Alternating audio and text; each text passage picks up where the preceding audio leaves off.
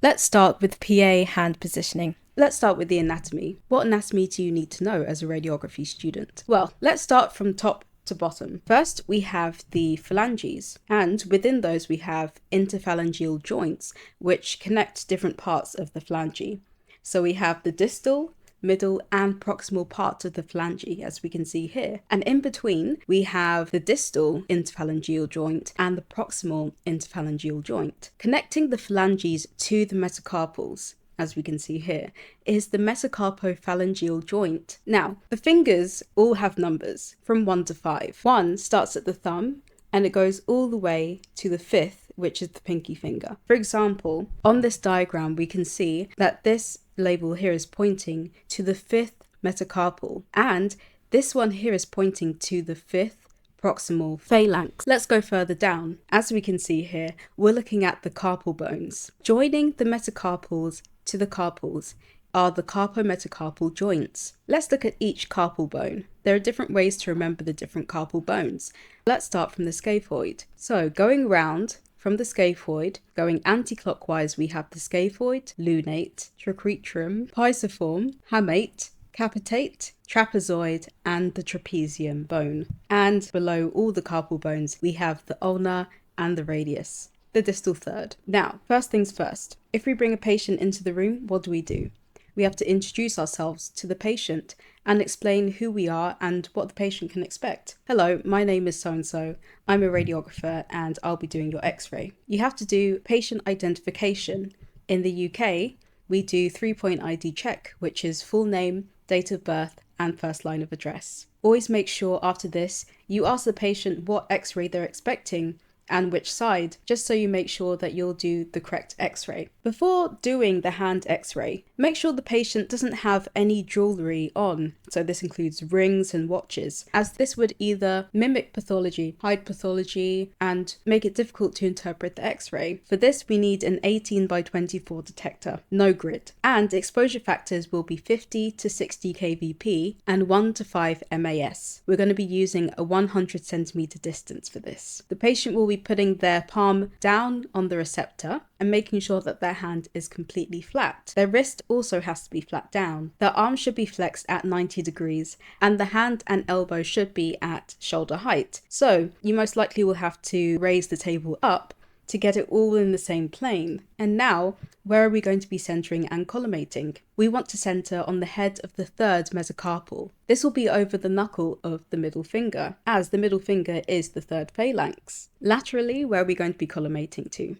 Skin margins. And at the top, we want to include all the fingertips, and below we want to include the distal third of the radius and ulna. What are some key points to remember? Make sure your patient's hand is as flat as possible, as any rotation could actually mimic pathology. Remember that the wrist joints, the elbow joints, and the shoulder must be perpendicular to the x-ray beam and all in the same plane. And also, don't forget your primary beam marker. Let's take a look at an example x-ray. Now, this is a great PA hand x-ray. And why? Well, because the hand is flat down.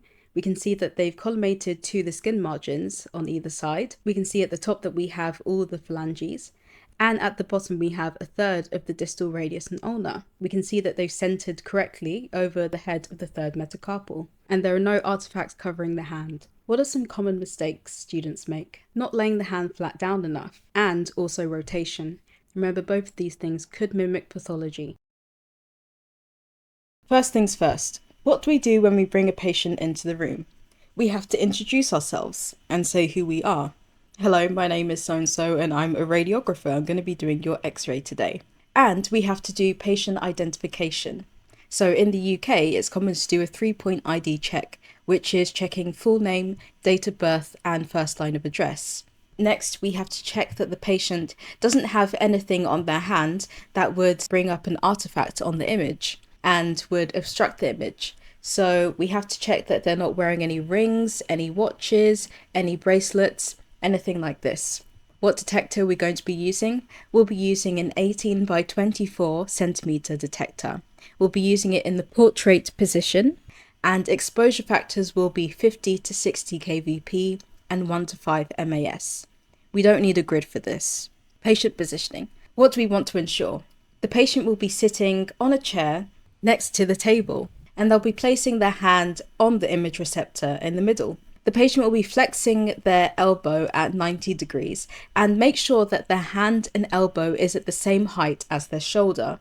For this, you most likely will have to bring the table up so everything is in the same plane. For an oblique hand, you want the patient to externally rotate their hand by about 45 degrees. The best tip is to start by asking the patient to put their hand flat on the image detector and then ask them to rotate their hand about 45 degrees externally, and also tell them it's as if they're holding a tennis ball. Where will we be centering and collimating? Well, we're going to be centering on the head of the third metacarpal, which is over the knuckle of the middle finger. We'll be collimating to include all of the fingertips. On either side will be the skin margins, and below we'll be collimating to include a third of the radius and ulna. Some points to remember. Make sure that all the phalanges are visible on the image. When you look at the image, are there any phalanges which are overlapping each other too much where it would be difficult to interpret? Make sure that there is no under or over rotation of the hand. If you under rotate it, it won't be oblique enough and it may resemble a PA hand x-ray. And if you over rotate it, it likely will become too difficult to see the phalanges. Always remember to put a primary beam marker on your x-ray as well. This will either be a right or left marker. Let's take a look at this example. The positioning and centering in this x-ray is great. Why? Because the centering is correct. We're centering over the head of the third metacarpal, and we can see that the phalanges are in the oblique position because of the correct rotation. The downside to this image is that the collimation isn't completely correct. Whilst we do have all of the fingers at the top and the skin margins at the side, we don't have enough of the distal radius and ulna. As you can see, we don't have a full distal third of it. What are some common mistakes people make? Overlapping the phalanges. Remember, if the phalanges are overlapping each other too much, it will be difficult to interpret the image. And rotation. Remember not to under or over rotate. What anatomy do you need to know as a radiography student? It's best to know as much anatomy as you can, however, let's go over the basics.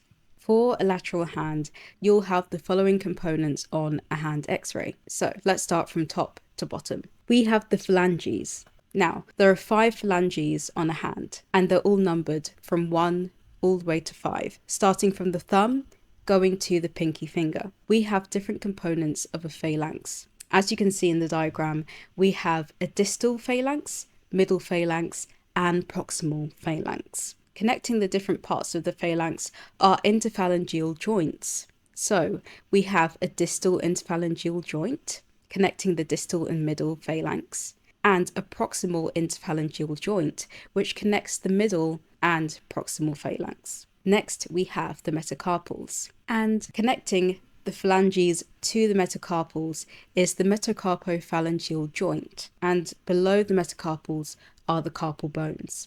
Let's take a closer look. As you can see in this diagram, we have a few of the carpal bones labelled. We have the capitate, trapezium, the scaphoid, and the lunate. Now the lunate is the bone which articulates with the distal radius. And also we have a radial and ulnar styloid process on the distal radius and ulna. Now these are going to play a key part in our positioning. First of all, what do we do when we bring a patient into the room?